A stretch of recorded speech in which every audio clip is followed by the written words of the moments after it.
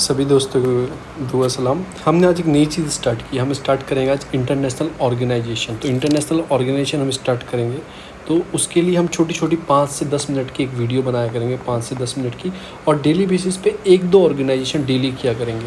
तो उसके बाहर मतलब ऑर्गेनाइजेशन की फुल्ली आपको नॉलेज हो। तो हम जो स्टार्ट करने वाले हैं वो करने वाले हैं without wasting our single minute. तो हम यूनाइटेड नेशन, अब यूनाइटेड नेशन जो ऑर्गेनाइजेशंस है इसके बारे में हम पढ़ेंगे। तो ये इसकी ऑर्गन्स के बारे में पढ़ेंगे, यूनाइटेड नेशन कैसे बना, ठीक है, उसके बारे में पढ़ेंगे। तो यूनाइटेड नेशन उसकी ऑर्गन के बारे में स्टार्ट करते हैं अपना डेली बेसिस पे। एक इंटरनेशनल ऑर्गेनाइजेशन है जो 1945 में बना था। 1945 में क्यों बना था? क्योंकि 1944 तक, 42 से 44-45 तक, मिड तक वर्ल्ड वॉर सेकेंड हुआ था। तो उसको देखा गया कि प्रॉब्लम क्रिएट हो रही है सोसाइटी में, चीज़ें चेंज हो रही हैं। तो उसको देखते हुए फिर क्या हुआ कि संगठन को बनाया गया कि शांति बहाल हो चुके, एक नेशन मतलब एक साथ हो चुके हैं, लड़ाई ना करें। तो उसके लिए मतलब कि सैन फ्रांसिस्को में 26 जून को 1945 को ये फोर्स होता है, और 24 अक्टूबर 1945 को 51 देश बैठते हैं साथ में और संगठन तैयार करते हैं। इसका नाम है यूनाइटेड नेशन, उस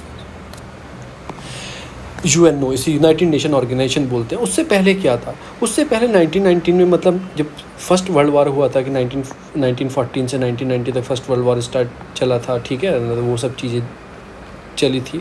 तो उस टाइम पे क्या हुआ था कि लीग ऑफ नेशन क्रिएट किया गया था। ये लीग ऑफ नेशन मतलब इनफॉर्मली था, कोई फॉर्मल नहीं था, साइन किसी ने नहीं किया था, बस एक ट्रीटी ऑफ वर्साइल्स साइन हुई थी। आपको कमेंट में बताना ये सिटी कहाँ पे है। तो ये हुआ था। फिर 1946 तक इसने वर्क किया, देखा कि ये नहीं चल सकता, तो एक फॉर्मली संगठन, सब ने साइन मिलके, बहुत सारे देश साथ में आए शांति के लिए, तो ये संगठन तैयार हुआ था यूएनओ। तो उससे पहले आपसे कोई पूछे क्या था, तो लीग ऑफ नेशन था उससे पहले। इसका एम क्या है? एम वही होगा, पीस एंड सिक्योरिटी, क्योंकि बहुत एक तरह से ऐसा माहौल था सब जगह कि मतलब दंगा, उसका वो कंट्री उससे लड़ रही है, तो पीस एंड सिक्योरिटी का। डेवलपिंग फ्रेंडली रिलेशन डेवलप करनी है अमंग द नेशन, की जो डेवलपिंग एक तरह से डेवलप क्या करना है, एक फ्रेंडली रिलेशन डेवलप करनी है अमंग द नेशन। प्रमोट करना है सोशल प्रोग्रेस। सोशल प्रोग्रेस कैसे? जैसे आपको पॉवर्टी ख़त्म करनी है, उस चीज़ के लिए वर्क करो, कोई हेल्थ के लिए चाहिए उस चीज़ के वर्क करो। तो एक बेटर लिविंग स्टैंडर्ड देना है अपने लोगों को, ह्यूमन को, और ह्यूमन राइट्स को फॉलो करना। तो इस चीज़ के लिए संगठन बनाया गया था। और क्या चीज़ है इसमें जो हम पढ़ने वाले हैं? इसका हेडक्वार्टर कहाँ है? ये बहुत मेन चीज़, इसका हेडक्वार्टर न्यूयॉर्क में है। ऑफिशियल लैंग्वेज बहुत इंपॉर्टेंट हो जाती है। कई बार ये आपको एसएससी में, इवन सीडीएस में, इवन यूपीएससी वो सेंटेंस में दे देगी, आपसे पूछ लेगी। देखो P5 नेशन आपको पता होंगे, P5 परमानेंट 5 कौन कौन से हैं आपके? यूएस है, यूके है, इधर फ्रांस है, ठीक है ना, इधर से रशिया है आपका, एक आपको बताना है कौन है, one and most, and China. तो इसकी से संगठन देखो, दो में बोली जाती है इंग्लिश, तो इंग्लिश होनी चाहिए, बिल्कुल है जी, इंग्लिश है। एक में बोली जाती है फ्रेंच, बोली जाती है फ्रांस में, तो फ्रेंच है क्या? बिल्कुल है। रशिया में बोली जाती है रशियन है क्या? बिल्कुल है। और इन चाइनीज़ में बोली जाती है चाइनीज़, बोली जाती है क्या? है। तो अब बती 4 लैंग्वेज तो हो गई। अब स्पेनिश बहुत पॉपुलर लैंग्वेज है। जैसे आपको लैटिन अमेरिका में बहुत सारी इस कंट्री में देखने को मिलेगी, जैसे आपकी कोलंबिया में तो स्पेनिश है।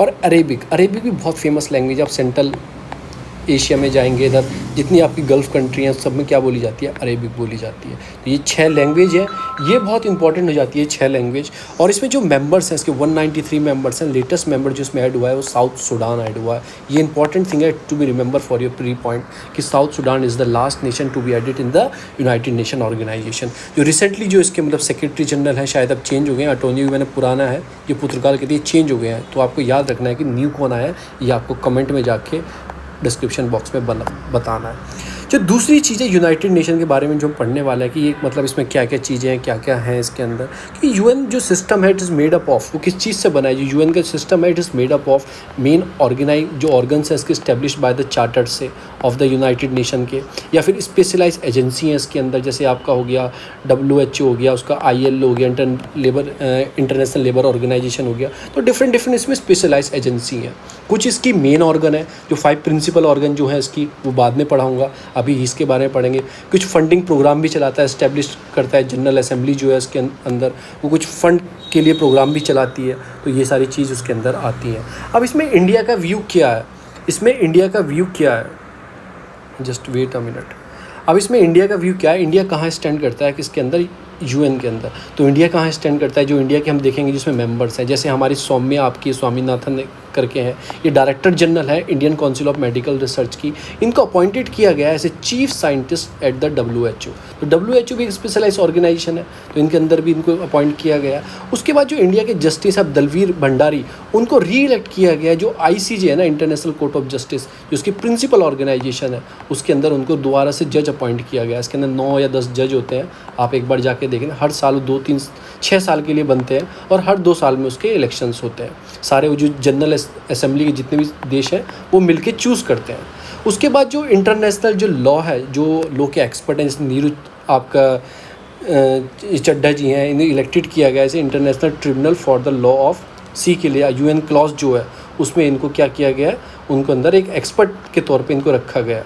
तो ये कुछ इंडिया के मेंबर्स हैं, इनको याद रखना है। UPSC कभी नहीं पूछेगा, पर स्टेट सर्विस एग्ज़ाम और SSC इनको बिल्कुल पूछ सकता है। तो इतना ही था